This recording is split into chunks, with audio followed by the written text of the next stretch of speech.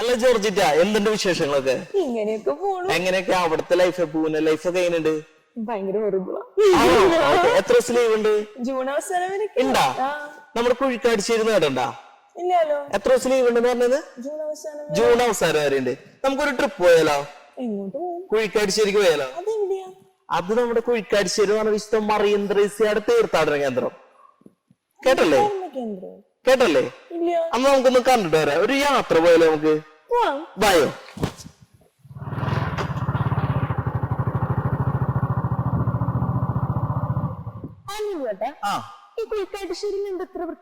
നമ്മുടെ വിശുദ്ധ മറിയം ത്രേസ്യയുടെ കബറിടമുള്ള സ്ഥലമാണ്. ജൂൺ 8 അവിടെ പുള്ളതിയുടെ പെരുന്നാൾ നമ്മൾ ആഘോഷിക്കണം.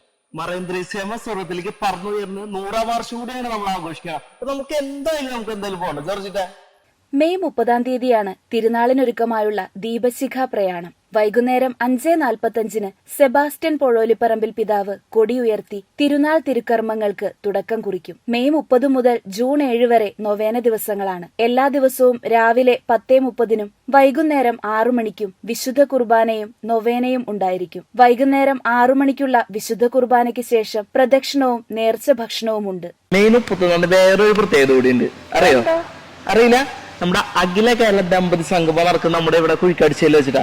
അന്ന് നേതൃത്വം നൽകുന്ന ആരാന്നറിയോ? നമ്മുടെ ജോസഫ് പുത്തുമരികിലച്ഛൻ. അതന്നെ, നമ്മുടെ കാപ്പിപ്പൊടി അച്ഛൻ തന്നെ. ജൂൺ 8 വിശുദ്ധ മറിയം ത്രേസ്യയുടെ തിരുനാൾ ദിവസം.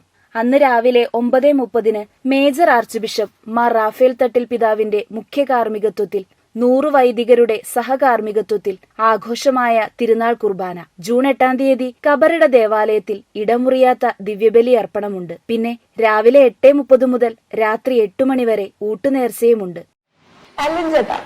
ഇപ്രാവശ്യം പെരുന്നാൾ നമുക്ക് എന്തായാലും നമുക്ക് പോകണം. കാരണം ഒരുപാട് പ്രത്യേകത ഉള്ള വിശുദ്ധമാണ് നമ്മുടെ മറിയം ത്രേസ്യ. കുടുംബങ്ങളുടെ മധ്യസ്ഥയാണ്.